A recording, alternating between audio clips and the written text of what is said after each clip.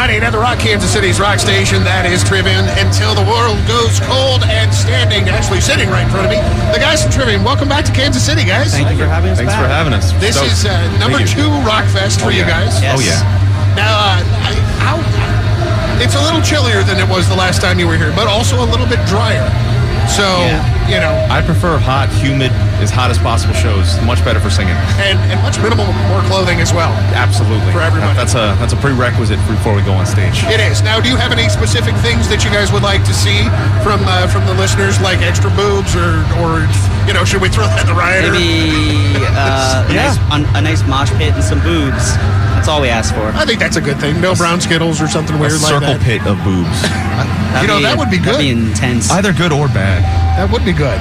You guys, it's always good to have you guys back into town, man. You guys definitely fan favorites as far as Kansas City goes, and always do such a phenomenal show. And now the history of this band kind of goes back to it was a high school talent show, wasn't it? It was actually a middle school talent show. Middle school. I played No Leaf Clover by Metallica. It was just me and a drummer. Right. We played it. Or the two of us played it, and afterwards there was a high school kid there, and he said, "Hey, I'm starting a band called Trivium. Do you want to try out?"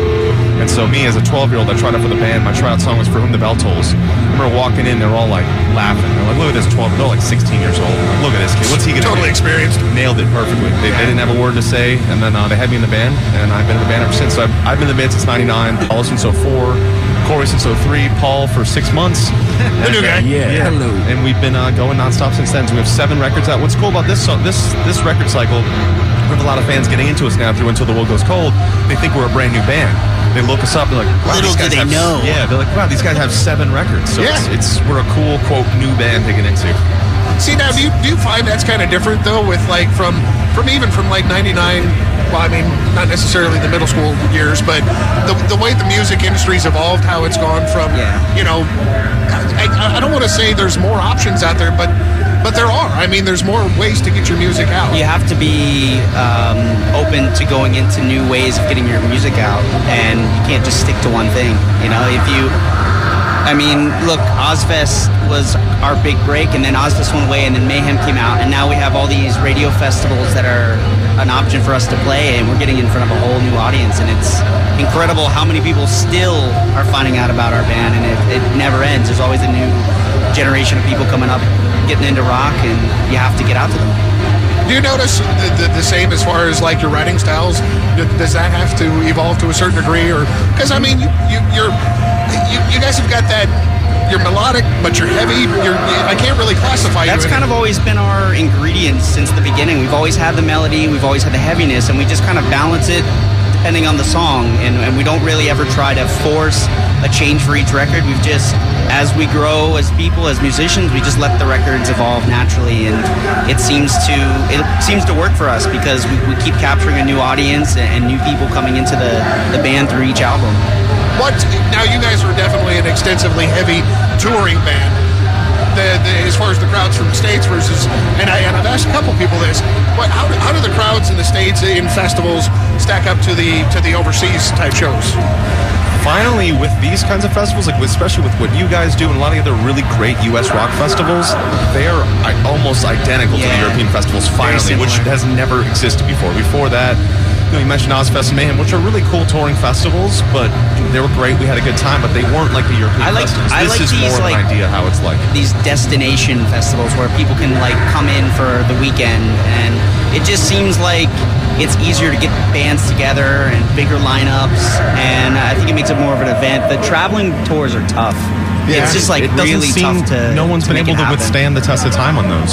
It really has been hard. I think it's best when cities keep it local and they do their best festival. Yeah, I think that's the way to do it. Like on like the traveling festivals, it's kind of hard when you're playing a side stage at like 1 o'clock in the afternoon on a Wednesday. Yeah. It's like there's not a lot of people that like can get off work or get out of what they're doing to be able to go to an all-day festival in the middle of the week. So having it on the weekends, there's a lot more people that can come out, and you know, these festivals, there's just like 3 or 4 times more people at these weekend shows than there are like on a traveling festival per show. Well, and I think, do you also think that maybe, I mean, we try to make this an affordable event for people to come out. Yeah. We don't try to rape everybody on the $17 beers. It's a $5 Bud Light. You know, we try to keep the ticket sensible. A lot of bang for the buck.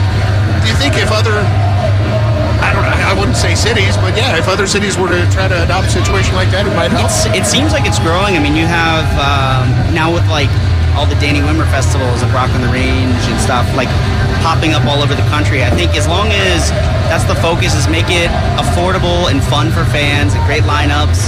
You know, that there's no reason that these can't just keep growing. And I mean, you look out here, there's a sea of people already in the middle of the afternoon. It's about growing the festival culture in America, because in the rest of the world, what we do see is we always plug that metal isn't just a style of music everywhere else in the world. Metal's a lifestyle, and that's the same way our band is. We live the lifestyle of our band, and America is getting that. It's growing that thanks to the rock and metal festivals, and I think that the more great festivals like this happen, the more people will grow into that. The only difference that Europe has is that they've been doing that longer, so it's just maybe embedded in the culture a little bit more of like a summer of festivals. Like, you know, that's what people do for holiday. They don't necessarily go, oh, we're going to go to the beach. Now we're going to go to Wacken and see a bunch of bands for the weekend. Our favorite festival in the world is called Wacken Open Air. It looks like Wacken, W-A-C-K-E-N. Yeah. It sells out every single year before they even announce one band. It's a small town in Germany, and the entire town goes on vacation that weekend. And it's about and then 100,000 people come out. It's crazy. And it's like headlined by like black metal bands like Emperor, or headlined by extreme metal bands. And sometimes there'll be days or stages where no one's heard of any of the bands before, and it's still 100,000 people. They do. Well, they have this one thing that I'll say that's pretty cool is they have like these areas, like a pirate area, a Viking area, and it's like kind of themed for the different thing, and that's definitely a German thing, you know, where they have like all the different areas depending on what you want to be for the day. Yeah, if you're a metalhead, it's like that's your theme park. That's where you go. Wacken? Yes. That's awesome. You guys, once again, thank you so much for coming out. You're getting ready to hit the Worth Hurley Davidson stage at 5:55.